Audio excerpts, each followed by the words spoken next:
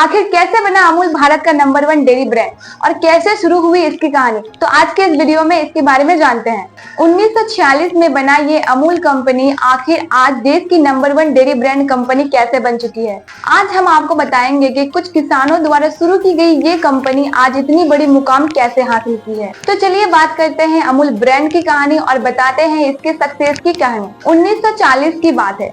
उस समय एक पॉल्सन नाम की एक कंपनी थी जो दूध, दही, घी, मक्खन और भी बहुत सारे डेयरी प्रोडक्ट्स को पूरे भारत में बहुत ज्यादा दामों पर बेचती थी। उस टाइम पर इस कंपनी का पूरे भारत में राज था। जो किसान दूध बेचते थे, ये पॉल्सन कंपनी उन सभी किसानों से दूध को सस्ते दामों पर खरीदती थी और कस्टमर को हाई प्राइस पर बेचती थी। किसानों के पास कोई और ऑप्शन नहीं था कि ये दूध को कहीं और जगह बेचे।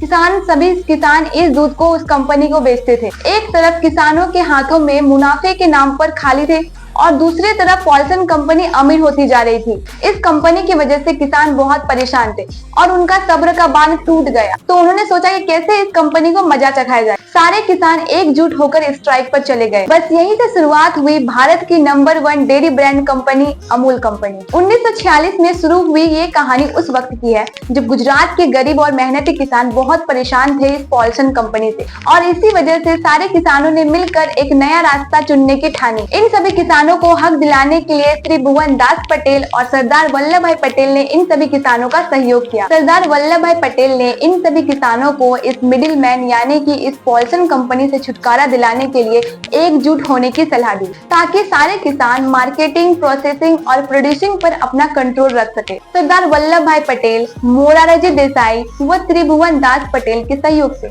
1946 में बन गई थी कोऑपरेटिव सोसाइटी, और ये कोऑपरेटिव सोसाइटी बनाई गई थी किसानों की रक्षा के लिए, ताकि वो पॉल्सन कंपनी इन सभी किसानों को ठग ना सके। और उस कोऑपरेटिव सोसाइटी का नाम था केरा यूनियन लिमिटेड। इस केरा यूनियन लिमिटेड की शुरुआत सिर्फ 2 गांवों से मिलकर हुई थी। आपको बता दें कि अमूल का नाम संस्कृत के एक शब्द अमूल्य से बना है और इस अमूल का नाम रखा था एक भगन भाई पटेल ने, जो कि एक नेता थे। 1950 में डॉक्टर वर्गीज के सहयोग से इस कोऑपरेटिव सोसाइटी को नई ताकत मिली। उस समय के प्रधानमंत्री लाल बहादुर शास्त्री जी ने इस अप्रोच को यानी कि कोऑपरेटिव सोसाइटी बनाने की अप्रोच को आधार दिया और इसके वजह से नेशनल डेयरी डेवलपमेंट में सहयोग मिली और उन्होंने अमूल की सफलता और जरूरी फैक्ट्स को समझा। इस सफर की शुरुआत में कुछ किसान मिलकर बस 247 लीटर दूध ही उत्पादन कर पाते थे और आज दुनिया की 8वीं सबसे बड़ी मिल्क प्रोड्यूसिंग कंपनी बन चुकी है और लगभग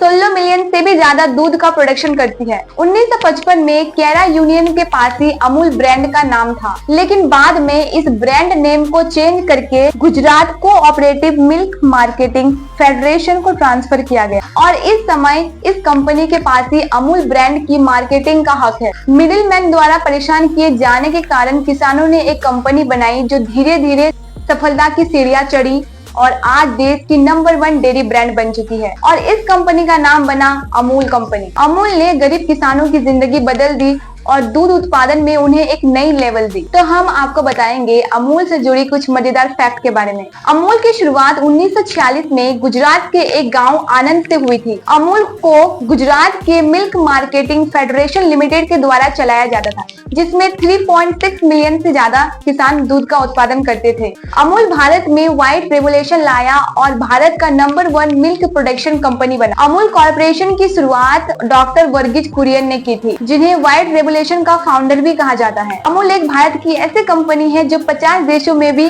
अपना कारोबार करती है, जो प्रोडक्शन करती है, और भारत में अमूल के 7000 से भी ज्यादा एक्सक्लूसिव स्टोर है। आपको ये जानकर आश्चर्यचकित होगा कि अमूल एक दिन में लगभग 15 मिलियन से भी ज्यादा दूध की सप्लाई करती है। आपके लिए ये वीडियो थोड़ी सी भी हेल्पफुल रही तो लाइक, शेयर एंड सब्सक्राइब जरूर कीजिए और आपको किसी भी टॉपिक के रिलेटेड वीडियो चाहिए तो आप हमें कमेंट में जरूर बताइएगा। तो मिलते हैं अगले वीडियो में, तब तक के लिए नमस्कार।